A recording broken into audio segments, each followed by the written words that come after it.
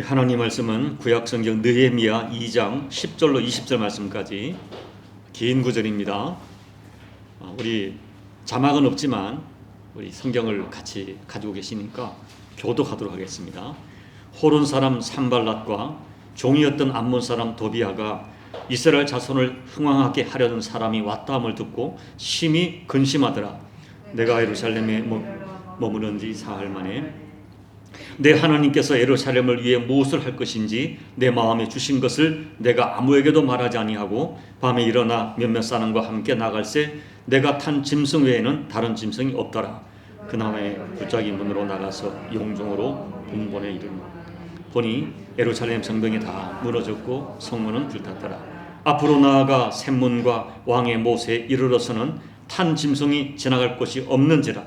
그 밤에 시내를 따라 올라가서 성벽을 살펴본 후에 돌아서 골짜기 문으로 들어와 방백들은 내가 어디 갔었으며 무엇을 하였는지 알지 못하였고 나도 그 일을 유다 사람들에게나 제사장들에게나 귀족들에게나 방백들에게나 그 외에 일하는 자들에게 알리지 아니하다가 후에 그들에게 이르기를 우리가 당한 공경은 너희도 보고 있는 바라. 예루살렘이 황폐하고 성문이 불탔으니 자 예루살렘을 건축하여 타지 수치를 당하지 말자 하고 또 그들에게 하나님의 선한 손이 나를 도우신 일과 왕이 내게 이런 말씀을 전하였더니 그들의 말이 일어나 건축하자 하고 모두 힘을 내어 이 선한 일을 하려 하며 호론 사람 산발랏과 도비아와 아라비아 사람 게셈이 이 말을 듣고 우리를 업신여기고 우리를 비웃어 이르되 너희가 하는 일이 무엇이냐 너희가 왕을 배반하고자 하느냐 하기로 같이 있습니다. 내가 그들에게 대답하이르되 하늘의 하나님이 너희를 우리 하시리니 그의 종들인 우리가 일어나 건축하려니와 오직 너희에게는 예루살렘에서 아무 기업도 없고 권리도 없고 기억되는 바도 없다 하였느니라. 아멘. 우리 집사님들의 기도를 들어보면 참 기도가 신선한 것 같아요. 원래 대표 기도가 틀에 박힌 그런 기도가 많은데 참 신선하다 하고 느끼고요. 저도 그렇게 설교를 해야 되는데 걱정입니다. 여러분 어느 날 예수님께서 제자들에게 갈릴리 바다를 건너서 저쪽 거라사 지방으로 가자고 하셨어요. 제자들이 예수님 말씀에 순종해서 배를 띄우고 노를 저어 가게 되었습니다. 그런데 조금 가다가 보니까 폭풍이 갑자기 일어나는 것입니다. 얼마나 무섭게 강풍이 부는지 제자들이 생명의 위협을 느낄 정도였습니다. 자, 여러분 생각해 보세요. 예수님 말씀에 순종하여 가는데 광풍을 맞는 것입니다. 심지어 그 배에 지금 주님이 타고 계시는데도 광풍을 맞는 것입니다. 우리가 생각할 때 예수님이 함께 계시다면 광풍이 오다가도 도망가야 되고 멈춰야 되는데 예수님이 그 배에 계시는데도 무서운 광풍이 달려드는 것입니다. 어쩌면 제자들은 광풍을 만났다는 사실보다도 어떻게 주님이 함께 계시는데 광풍이 찾아오는가 이 사실에 더 당황스러웠을 것입니다. 오늘 본문 말씀에 느헤미야가 그랬습니다. 하나님의 감동을 주셨습니다. 그리고 분명히 이 일을 하나님이 기뻐하신다는 확신이 있어서 자기의 모든 것을 희생하고 또 금식기도 하면서 시작한 일인데 뜻밖의 장애물과 큰 반대 세력을 만나게 되는 것입니다. 지난주에 말씀드린 대로 느헤미야는 당시 세계 최고의 강대국인 페르시아에서 그야말로 성공한 사람이었습니다. 포로 신분의 가문에서 능력을 인정받아 페르시아의 주류 사회에 입성했고 왕의 신뢰를 받아 아무도 맡을 수 없는 정말 왕이 최고로 신임하는 사람만이 맡을 수 있는 술 맡은 관원장이 된 것입니다. 아마 이 느헤미야는 이스라엘 민족들에게서도 입지전적인 인물로 사람들이 바라보았을 것이고 주변의 모든 민족들이 부러워하는 성공적 인생이 된 것입니다. 그런데 조국 예루살렘 성이 허물어지고 성문이 불타고 백성들이 심하게 환난을 당한다는 소식을 들었을 때 견딜 수 없었습니다. 마음이 너무 아파서 하늘의 하나님께 울면서 기도했습니다. 여러분 보세요. 지금 자신의 형편은 아무런 어려움이 없는 승승장구하는 때였습니다. 어쩌면 예루살렘에 가는 것은 자기가 지금까지 쌓아온 모든 것을 포기해야만 되는 그런 선택이 될 수가 있습니다. 그런데도 느헤미야는 이 조국의 불행한 소식이 들렸을 때 그것을 하나님의 부르심으로 받은 거예요. 하나님이 나를 부르시는구나, 이 일에 어떤 뜻이 있구나, 그렇게 알고 말씀을 받은 것입니다.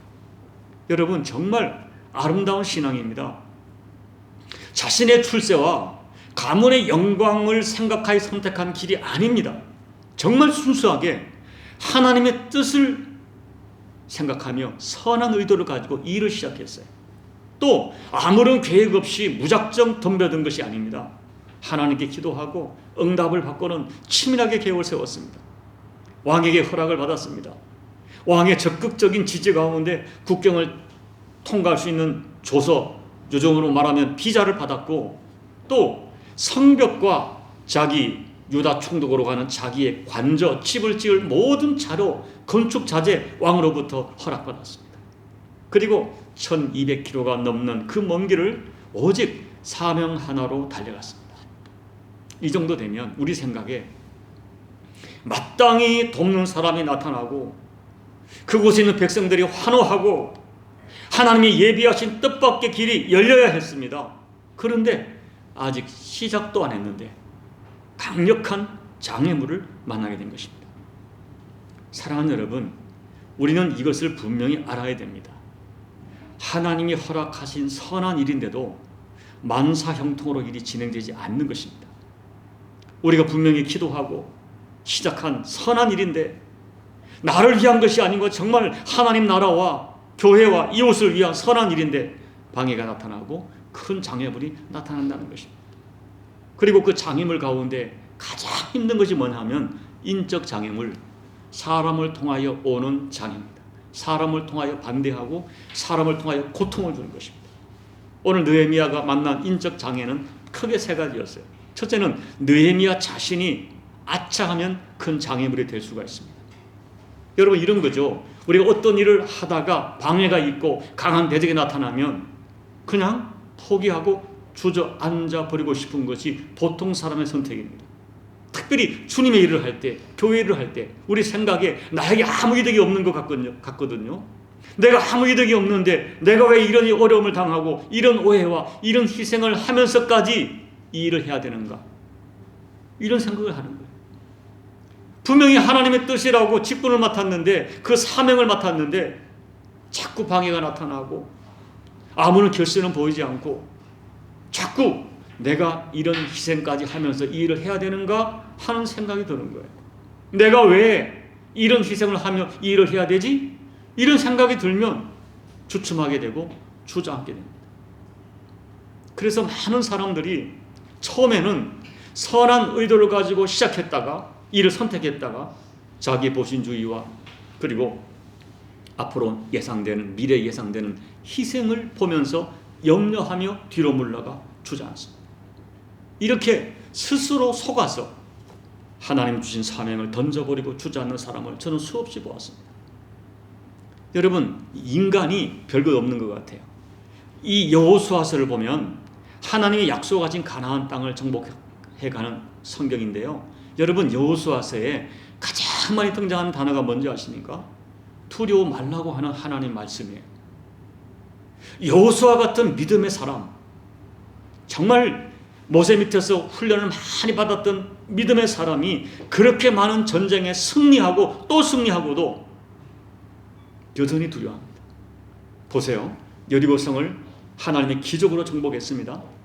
아이성이 한번 실패했지만 다시 하나님의 명령을 받고 회복돼서 또 아이성을 정복했습니다. 그때 자기들을 돕는 하나님의 그 놀라운 기적을 뜨겁게 체험했어요. 그런데 이번에 아모리 지역의 왕들이 모여서 연합군을 형성하여 달려듭니다. 그 무리를 보고 또다시 두려워합니다. 그런데 그 전쟁에서 두려워 말라는 주의 말씀을 받고 나가서 전쟁에 승리했어요. 이번에는 북방 왕들이 연합군을 형성하여 달려듭니다. 그러자 또 두려워합니다. 여러분, 하나님의 또 오심을 받고 또 받고 그렇게 많은 승리를, 기적을 수없이 체험하고도 두려워하고 두려워하는 것, 이것이 오늘 인간이에요. 우리들이에요. 그렇게 믿음으로 격려받고 심지어 놀라운 체험을 하고도 어떤 현상 앞에, 어떤 대적 앞에 두려워하고 염려하는 것, 이것이 우리들이에요. 느헤미야 역시 이것이 하나님이 내게 주신 사명이라는 확신을 가지고 일을 진행했습니다. 그런데 뜻밖의 장애물을, 일을 시작도 안 했는데 장애물을 만난 거예요. 처음에는 너무나 일이 순조롭게 진행되었습니다. 걱정했던 왕이 마음이 확 열려서 왕이 허락만 한 것이 아니라 자기 가는 모든 길을 재정적으로 지원을 하는 것입니다. 그래서 야, 하나님이 일하시는구나, 하나님의 선한 손이 나를 도우시는구나 확신했는데 결정적인 장애물을 만나는 거예요. 그런데 느헤미야는 달랐습니다. 눈에 보이는 그것에 주목하지 않았습니다. 지금까지 인도하신 하나님을 끝까지 믿었습니다. 그 믿음으로 느헤미야는 두려워하지 않았어요. 여러분, 우리가 살아가면서 많은 도전을 만나요. 인적인 도전, 재정적인 도전, 환경의 도전 만납니다. 그 장애물을 만났을 때 가장 큰 걸림돌은 바로 나입니다. 내가 두려워하고, 내가 염려하고, 내가 포기하는, 내가 내 인생에 하나님의 일을 이루는데 가장 큰 장애물입니다. 둘째는 과거의 실패에 사로잡혀 있던 부정적인 사람들, 이스라엘 백성들이죠. 여러분이 느헤미야서를 보면 이스라엘 백성들은 함께 일을 하기는 하지만 굉장히 염려하고 있어요. 그리고 처음에 느헤미야를 만나서 같이 일을 하는데 과거의 실패, 그러니까 느헤미야가 오기 전에 에스라 시대에 이미 그들은 성벽을 세우려고 추진했다가 실패한 것입니다. 그래서 그들은 이미 해봤는데 안 되더라 하는 패배의식에 젖어 있어요. 그래서 무너진 예루살렘 성을 건축하는데 두 번째 장애가 뭐냐면 해봐도 안 되더라 하는 이 백성들의 무너진 마음이 큰 장애물이었어요. 여러분, 교회에 그런 분이 계세요. 어떤 일을 하자고 하면 전에 다 해봤습니다. 안 됩니다. 서울에서 해봤습니다. 안 됩니다. 불가능합니다. 그리고 그 사람 안 됩니다. 목사님, 그 사람은 안 돼요. 내가 잘 알아요. 여러분, 저는 그런 말을 수없이 들었어요. 내가 실패한 경험이 있기 때문에 안 된다고 미리 판단하는 것입니다. 내가 그 사람을 경험해 봤는데 그 사람은 안 된다는 것입니다. 이런 분들의 마음을 움직이는 것이 너무 어렵습니다. 여러분, 내 과거의 실패, 과거의 경험이 하나님 일을 하는데 인적 장애가 됩니다. 이 실패한 사람들의 특징은 뭐냐면 실패를 자꾸 묵상하는 거예요. 그래서 안 된다, 안 된다, 해봤다, 이런 패배감에 빠져 있는 거예요. 그리고 자기의 경험을 해답처럼 이 논증하면서 자꾸 신중하자고 자꾸 머뭇거리는 것입니다. 여러분, 이것은 신중한 것이 아니라 자신이 없는 것입니다. 그래서 과거의 실패에 함몰되어 있는 사람하고 일하는 것은 굉장히 어렵습니다. 셋째, 가장 큰 인적 장애물은 산발랏과 도비아 같은 적극적인 대적자들이죠. 여러분, 10절과 19절에 등장하는 이 사람들은 예루살렘 성벽이 건축되는 것이 너무 싫은 거예요. 그래서 구체적으로 방해합니다. 10절을 보면 이 사람들은 느헤미야가 예루살렘 성벽을 건축하러 온다는 소식을 듣고 심히 근심했다라고 말해요. 여러분, 이 사람들이 근심할 이유가 뭡니까? 자기들의 기득권의 손상을 입는다고 생각하는 거예요. 이 사람들의 근심은 선한 근심이 아니라 악한 나쁜 근심입니다. 내가 싫어하는 사람들이 잘 될까 봐 걱정하는 아주 나쁜 걱정이죠. 그리고 영적으로 보면 하나님과 하나님의 일을 대적하는 영적인 근심입니다. 이 산발랏은 그 사마리아 총독으로 있던 사람인데 아마 이 사람의 그 종족을 분석해 보니까 과거 그 사마리아가 멸망되고 사마리아의 아수르가 이주 정책을 했어요. 민족을 혼합하는 것이죠. 그때 혼합된 그런 그 사람 같아요. 정확한 종족은 밝힐 수가 없습니다. 그리고 이 도비아라는 사람은 산발랏 밑에서 일하는 암몬 족속이었습니다. 그런데 문제는 이 사람들이 여러분 힘이 없는 사람들이 아니에요.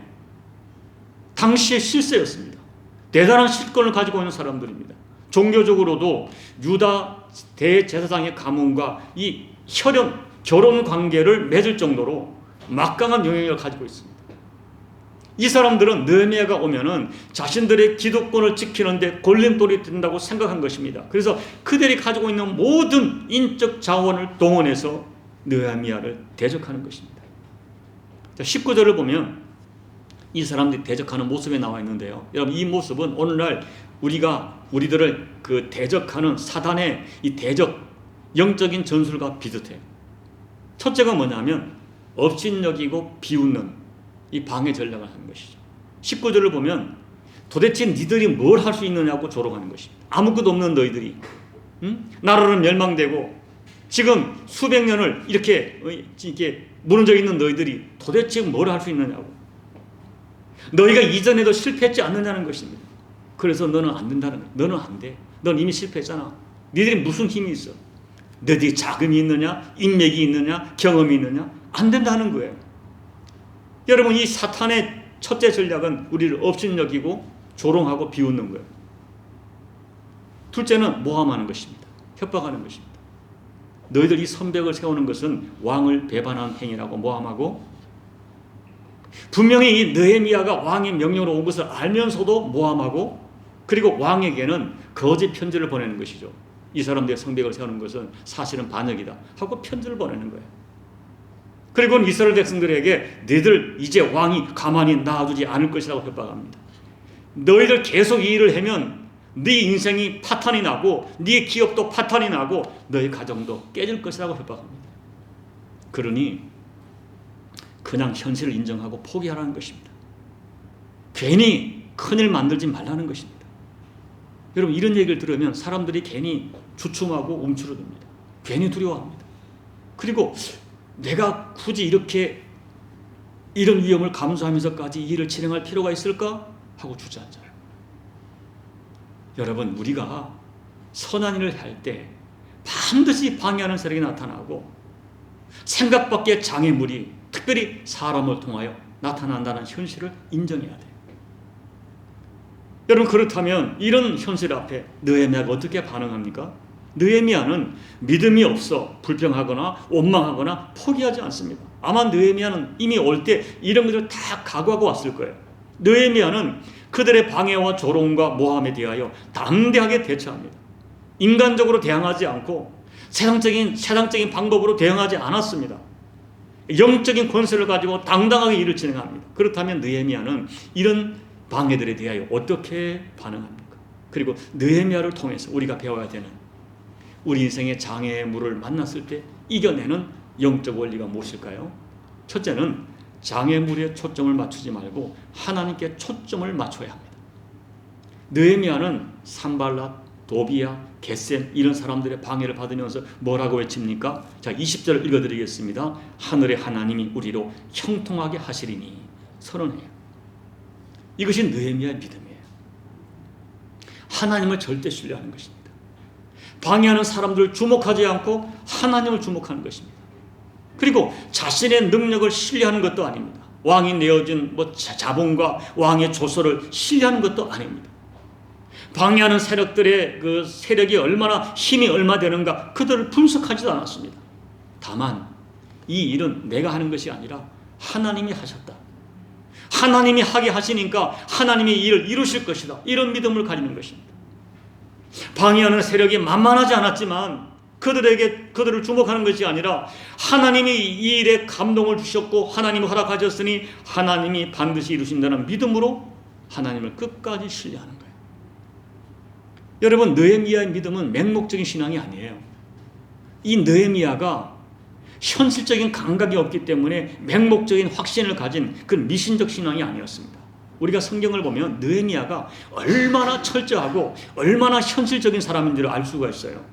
느헤미야는 예루살렘에 오기 전에 넉 달 동안 금식기도한 사람입니다.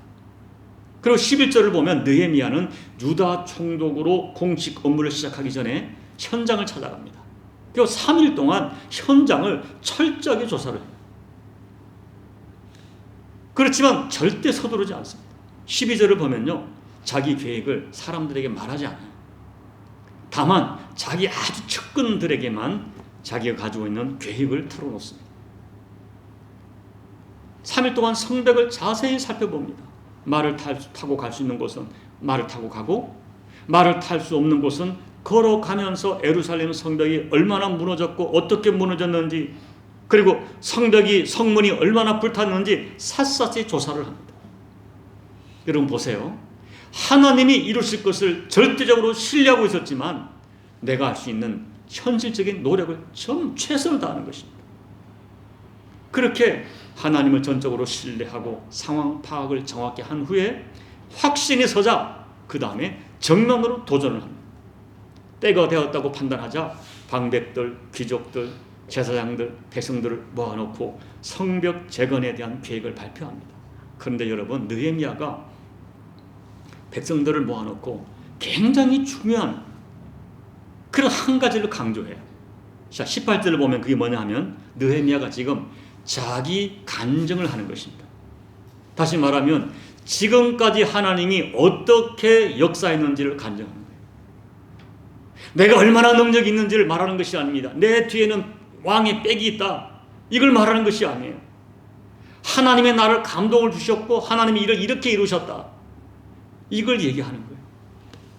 나는 다만 금식하여 기도했더니 하나님이 아닥사스다 왕의 마음을 움직여 주셨습니다. 왕이 조서를 내리고 성벽을 지으라고 목재까지 주셨습니다. 모든 걸 하나님이 하셨습니다. 그러므로 하나님이 끝까지 우리를 도우실 것입니다. 이렇게 얘기하는 거예요. 지금까지 하나님이 하신 일과 앞으로 하실 일을 간증하는 거예요. 그 간증이 백성들의 마음에 신뢰를 심어준 것입니다. 여러분, 느헤미야가 일어나 건축하자고 소리치지 않았어요. 자기 간증을 하니까 백성들의 마음에 감동을 받아 스스로 일어나서 건축하자고 외치기 시작한 것입니다. 여러분, 우리가 인생을 살다 보면 이 산발락과 도비아 같은 내 인생을 방해하는 이런 사람들 수없이 만나요. 그때 중요한 것, 우리에게 일어나는 첫 생각, 우리 입에서 나오는 첫 말이 무엇인가가 우리 인생의 성패를 좌우합니다. 느헤미야의 첫 마디는 내가 아니라 하나님이었어요. 하늘의 하나님, 그분이 하신다. 내가 하는 것이 아니라 하나님이 하셨고 하나님이 하실 것이다, 이 믿는 거예요. 여러분, 이렇게 철저하게 하나님을 믿고 나가는데 땅의 사람들이 반대한들, 그 반대가 얼마나 무기력하겠습니까? 하나님을 의지하는데 아무리 장애물이 견고해도 그 장애물이 어떻게 그 사람의 앞길을 막을 수 있겠습니까? 우리는 어떤 장애물 앞에서도 두려워하지 말고 느헤미야처럼 끝까지 장애물을 보지 말고 하나님을 주목하고 하나님을 끝까지 신뢰해야 됩니다. 두 번째, 인생의 장애물을 만났을 때 우리 인생의 최고의 가치에 주목해야 돼요. 느헤미야는 이스라엘 지도자들과 백성들을 불러 모으고 이렇게 호소합니다. 17절을 보시면 우리가 당한 공경은 너희도 보고 있는 바라, 예루살렘이 황폐하고 성문이 불탔으니 라고 했어요. 내가 물론 백성들은 알고 있지만은 자기가 3일 동안 다 파악한 현실을, 여러분, 예루살렘이 무너져 황폐하고 성문이 다 불타버린 것은 명확한 현실, 사실이에요. 느헤미야도 눈으로 확인했고 백성들이 다 알고 있는 팩트예요. 그런데 느헤미야는 이런 현실을 현실로만 본 것이 아니라 영적으로 진단해요. 이게 뭐냐? 예루살렘 성이 무너져서 이렇게 오랫동안 방치된 것은 다름이 아니라 하나님의 명예가 무너진 것이고 이스라엘이 무너진 것이고 너희들의 신앙이 무너진 것이다, 이렇게 진단하는 거예요. 왜 이런 수치를 당하고 그냥 있느냐, 이렇게 진단하는 거예요. 아마 여러분, 이 말을 들었을 때 이스라엘 백성들도 동일하게 동의했을 것입니다. 다만 그들은 우리에게 힘이 없다고 주저앉아 있었고 대적이 너무 강하다고 포기하고 있었어요. 그날 느헤미야는 백성들에게 우리 인생의 진정한 가치에 대하여 호소한 거예요. 10절 후반절에 하나님의 명예가 무너지고 우리 이스라엘과 우리들의 정체성이 무너졌는데 왜 이렇게 수치를 당하며 살고 있느냐, 이 수치를 어떻게 할 것이냐, 그냥 수치를 당하고 살 것이냐, 이제 우리 수치 당하지 말자, 이렇게 호소하는 거예요. 여러분, 느헤미야가 백성들의 마음을 움직인 것은 이거예요. 예루살렘은 하나님의 도성입니다. 우리는 하나님의 백성입니다. 그런데 이렇게 성벽이 무너진 채로 이 오랫동안 왜 이렇게 수치를 당하고 살고 있느냐, 하나님의 영광을 드러내야 될 우리들이 왜 이렇게 수치를 당하고도 염치 없이 주저앉아 있느냐? 이게 말이 되느냐? 이제 우리 수치를 더 이상 당하지 말자. 이렇게 호소한 거예요. 쉽게 말하면 하나님 나라 백성이 자기 정체성을 잃어버리고 세상의 영적 자존감을 세상에 짓밟힌 채로 그냥 세상에 잠식당하고 조롱받으며 살아가는 것이 무슨 의미가 있느냐? 이렇게 우리 영적 자존심을 세우지 못하고 그냥 세상에 빌부터 사는 것이 도대체 무슨 의미가 있느냐? 호소한 거예요. 그러므로 이제 우리 힘을 내서 하나님, 세상에 조롱받는 하나님의 명예를 지켜드리고 하나님의 백성된 우리의 정체성과 영적 자존감을 다시 일으켜 세우자 하고 우리 인생의 최고의 가치에 호소한 것입니다. 그리고 나서야 제가 좀 전에 말씀드린 이 성벽 제거는 하나님께서 결제가 난 상황이라는 것을 자세하게 설명을 해요. 18절 보면 또 그들에게 하나님의 선한 손이 나를 도우신 일과 왕이 내게 이를 말씀을 전하였더니 그들의 말이 일어나 건축하자 하고 모두 힘을 내어 이 선한 일을 하려 하며 말씀드렸죠. 하나님이 이미 결제했다. 우리 하나님이 이렇게 왕의 마음을 움직여서 이렇게 재정을 주고 목적까지 주었다. 이거 하나님의 뜻이다. 그 증거가 확실하다. 이렇게 말한 거예요. 그러자 백성들의 마음이 격동돼서 이것은 하나님의 뜻이니까 우리 일어나자. 우리 수치를 더 이상 당하지 말자. 우리 건축하자 하고 일어서게 된 거예요. 여러분, 느헤미야는 백성들에게 우리 인생에서 가장 소중한 가치가 무엇이냐? 이 소중한 가치로 호소한 거예요. 사랑하는 여러분, 우리 인생의 장애물이 가로막을 때 우리 이것을 생각해야 돼요. 그럼에도 불구하고 내가 가는 길이 과연 내 인생에 정말 소중한 가치인가? 이걸 점검해 보셔야 됩니다. 내가 붙드는 이것이 정말 소중한 가치인가? 땅의 가치가 아니라 하나님 앞에서의 내 인생의 가치를 생각하셔야 됩니다. 하나님의 사람으로서 정체성을 잃어버리고 그냥 땅의 세력에서 땅의 세력과 적당히 타협하면서 숨죽이며 살아가는 이런 수치, 이 수치를 끝내셔야 됩니다. 이런 용기를 가지셔야 돼요. 지금 내가 하는 일이 진정 하나님께서 기뻐하는 가치는 있는 일이라고 하는 확신이 들면 두려워해서는 안 돼요. 설사 이 일을 하다가 내가 망할지언정 후회하지 않겠다는 각오로 도전해 보셔야 돼요. 반드시 하나님의 선한 손이 여러분을 도우실 것입니다. 그래서 여러분의 인생을 명예롭게 하실 것입니다. 여러분 기억하십시오. 세상의 수치를 당하고 그냥 그렇게 살지 마세요. 셋째, 인생의 장애물을 만났을 때 대적들을 단호하게 대적해야 합니다. 느헤미야는 자기를 비웃고 조롱하고 모함하는 무리들 때문에 두려워하지도 않습니다. 허둥대지도 않습니다. 그리고 왕이 허락했는데 왜 너희가 반대하느냐고 말싸움도 하잖아요. 하나님 뜻을 알지 못하는 사람들하고 이 말싸움하는 것은 시간 낭비고 감정만 상하기 때문입니다. 대신에 이 느헤미야는 영적인 권위를 가지고 산발락과 도비야와 겟셈에게 말하기를 니들은 간섭하지 마라. 니들은 예루살렘에 아무 기업도 없고 권리도 없고 하나님이 너희를 기억하지도 않으니 너희는 이 일에 상관하지 마라 하고 단호하게 끊어버려요. 여러분, 느헤미야는 감정적으로 이런 말을 한 것이 아닙니다. 신명기서 23장 3절 말씀 보면 암몬 사람과 모압 사람은 여호와의 총에 들어오지 못하리니 그들에게 속한 자는 10대뿐 아니라 영원히 여호와의 총에 들어오지 못하리라 하는 말씀에 근거하여 대응한 것이에요. 암몬 족속, 도비야죠. 이런 사람들은 여호와의 총에 들어오지 못한다는 것은 그들은 하나님의 백성이 될 수 없다는 것입니다. 하나님의 백성이 아니기 때문에 당연히 너희는 하나님의 일에 간섭할 그런 권세도 없고 권한도 없고 이유도 없다는 것입니다. 여러분, 이 산발락과 도비야 같은 사람들은 하나님의 백성이 아니에요. 그러니까 당연히 하나님의 일이 싫어요. 하나님의 나라가 세워지는 것이 싫은 것입니다. 오히려 하나님 나라가 세워짐으로 자기들의 기득권이 빼앗길까 봐 근심되는 거예요. 그래서 비방하고 대적하는 것입니다. 느헤미야는 그런 사람 때문에 까닭없이 낙심하고 그것에 에너지 쏟지 말고 그냥 단호하게 끊어버리라는 것입니다. 여러분, 이것이 우리들의 선택이 되어야 돼요. 오늘 느헤미야는 단호하게 선포합니다. 너희들은 예루살렘 성에 대해서 반대할 권리도 없고 명분도 없다. 너희가 개입하지 마라. 우리가 한다.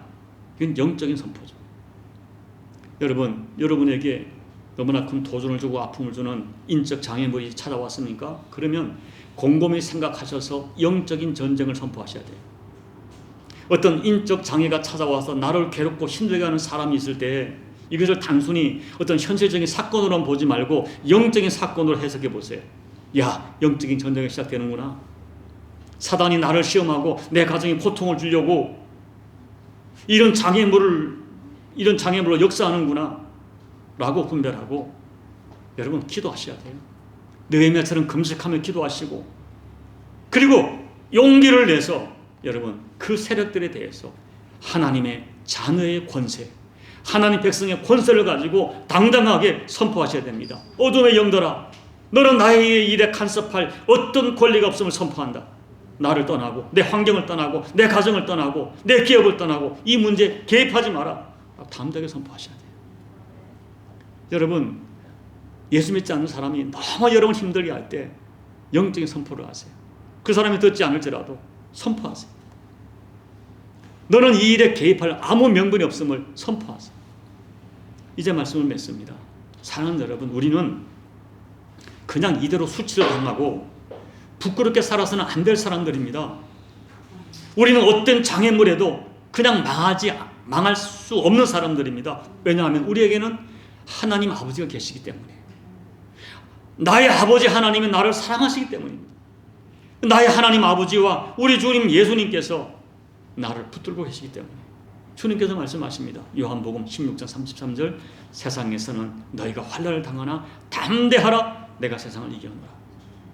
죽을 병에 걸렸다가 기도로 살아난 히스기야 왕은 이렇게 고백합니다. 이사야 38장 17절 보옵소서 내게 큰 고통을 더하신 것은 내게 평안을 주려 하십니다. 광야 40년 동안 온갖 참 방해물, 장애물을 건너간 이스라엘 백성들에게 모세는 결론적으로 이렇게 말해요. 신명기 8장 2절 16절 내 하나님 여호와께서 이 40년 동안 너에게 광야길을 걷게 하신 것은 너를 낮추시며 시험하사 마침내 복을 받게 하려 하시니라. 아멘. 여러분, 살다 보면 원치 않은 도전과 장애물을 만나게 되겠지만 그 어떤 장애물보다 크신 하나님의 사랑과 하나님의 약속을 확신하고 붙드십시오. 특별히 장애물 중에 인적 장애물, 사람을 통한 고통을 주는 사람 때문에 너무 민감하게 반응하고 마음 상하지 마시기 바랍니다. 저도 그런 아픔을 많이 당하고 있지만 이 말씀을 준비하면서 하나님 앞에 다시 결단의 기도를 드렸어요. 어떤 경우도 나는 하나님의 자녀라는 확신, 하나님은 자녀된 나를 결코 버리지도 않고 끝까지 함께 하신다는 약속, 그걸 단호하게 붙드셔야 돼요.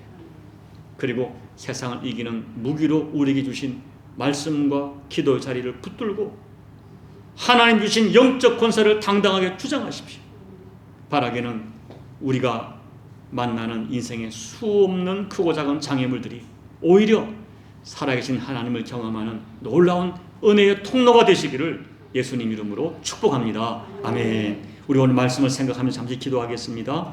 사랑하는 여러분, 살다 보면 인적 장애물이 있습니다. 내가 하나님의 뜻을 따라서 기도하면서 잘 준비하며 진행한 일인데도 생각 밖의 도전이 찾아옵니다. 일도 시작하지 않았는데 강력하게 반대하는 사람들이 있습니다. 우리를 조롱하고 니들이 하는 일이 뭐냐? 그것까지 뭐 되겠느냐? 막 조롱하고 또 나중에는 협박하고 너 그러다 망한다. 크게 당한다. 협박하는 거예요. 속지 마십시오. 여러분, 우리가 부족합니다. 연약합니다. 때론 죄를 짓습니다. 그래도 우리는 하나님의 자녀입니다. 하나님은 자녀된 우리를 결코 떠나지도 버리지도 않습니다. 세상에도 환난을 당하나 담대하라. 내가 너와 함께 하겠다. 내가 세상을 이겼다. 주께서 약속하십니다. 여러분, 살아가면서 당하는 크고 작은 도전 앞에 내가 현상만 보고 함몰되지 않고 현상보다 크신 주님 붙들고 끝까지 승리하도록 내게 믿음을 달라고 여러분 함께 오늘 말씀을 생각하면서 함께 기도하며 나가시겠습니다. 아버지 하나님 고맙고 감사합니다. 오늘도 귀한 말씀을 통하여 저들에게 다시 한번 깨달음 주심을 감사합니다. 아버지 하나님, 우리가 정말 선한 의도로 주의 일을 하는데도 도전이 있습니다. 방해가 있습니다. 협박이 있습니다. 조롱이 있습니다. 주여, 그때 들려지는 소리와 보여지는 현상 앞에 우리 믿음이 무너지지 않게 도와주시고 주저앉게 도와주십시오. 우리는 세상에서 수치를 당하며 살아갈 사람이 아니라 아버지 영광을 드러낼 존귀한 존재임을 기억하면서 주의 뜻이 무엇인가 분별하고 이것이 주의 뜻이라면 누가 뭐래도 그 일을 선택하여 이 일을 하다가 내가 망하더라도 그 일을 선택할 수 있는 용감 믿음을 가지고 살아가는 저희가 될 수 있도록 은혜 베풀어 주옵소서. 아버지, 인적 장애물 앞에 위축되지 않게 도와주시고 당당하게 믿음을 도전하며 살아가는 저희가 될 수 있도록 아버지 도와주시옵시고, 우리가 어떠한 사람인가를 다시 한번 기억하면서 세상에서 이 수치스러운 삶, 세상에 함몰되고 세상이 무너지고 세상에 숨지고 살아갈 존재들이 아닌 것을 기억하면서 일어날 수 있도록 하나님 우리에게 믿음을 더해 주시기를 간절히 기도하고 소원합니다. 이 믿음을 더해 주시옵소서. 아버지, 하나님 아버지, 이것이 주님의 뜻이 분명하고 주님이 기뻐하는 일이라고 기도하면서 선택한 일인데도 아버지 하나님, 생각 밖에 도전이 있고 특별히 사람을 통하여 조롱하고 비웃고 또 협박한 일들이 있음을 고백합니다. 네가 무엇을 하겠느냐, 너 같은 그 모습으로 무엇을 하겠느냐고 우리를 조롱하고 너 일 계속하면 크게 당한다고 내가 알지 못한 일로 협박할 때 우리 마음이 무너질 때가 있음을 고백합니다. 아버지 하나님, 속지 않게 도와주십시오. 나는 하나님의 사랑받는 자녀고 예수님께서 십자가에서 피 흘려 주실 정도로 존귀한 신부임을 기억하면서 아버지 하나님, 나를 사랑하는 아버지 하나님, 나와 함께 영원히 동행하시는 주 예수님의 약속을 붙들고 일어나는 저희가 될 수 있도록 도와주시옵소서. 많은 장애물 중에 인적 장애물에 우리가 너무 고통받지 않게 도와주시고, 아버지, 내가 가는 길이 주께서 기뻐하는 길이라는 확신이 있다면 누가 뭐라 하더라도, 누가 조롱하더라도, 어떤 희생과 아버지 아픔이 예상된다 할지라도 묵묵히 그 길을 걸어가다가 마침내 내 인생을 복되게 하시고 아버지, 세상에서 수치를 당하지 않도록 불러일으켜 세우시는 하나님의 역사를 체험하는 우리 모든 교우들이 꼭 될 수 있도록 은혜 베풀어 주옵소서. 예수님 이름으로 감사하며 간절히 기도하옵나이다. 아멘.